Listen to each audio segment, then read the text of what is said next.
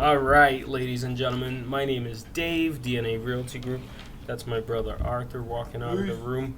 Let's talk about some home improvements that are worth doing. Some of these are big ticket items. One or two may be simpler to do. However, if you do this, you will have very little worry as far as getting the most amount of money for your home, right? So number one is replace the roof, right? If the roof is in bad condition or it's getting to the end of its life, a lot of times the buyers are going to try to knock some money off for that, right? So make sure you do that.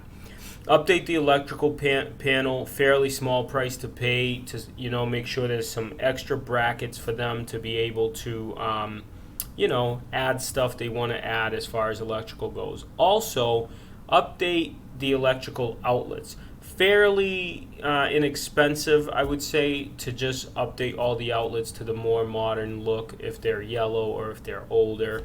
So that's pretty easy, especially if the wiring is good. Just have the outlets updated. An electrician can do that probably in a day or less.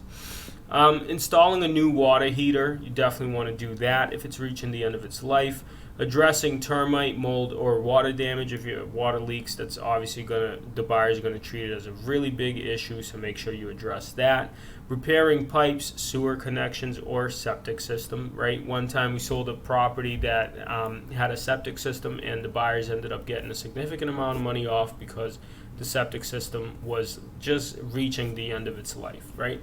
So, or you can obviously put it into your contract that in negotiations that you're just going to be taking that money off the sales price. Now, updating the HVAC system, maybe to a more efficient boiler, especially it's reaching the end of its life, you'll definitely get that money back. And painting the interior and the exterior, I think paint is fairly inexpensive. I mean, outside of labor, right? You still got to pay. However, to do all that and to get your house ready to sell, if you do most of those things, I think you're going to be in good condition.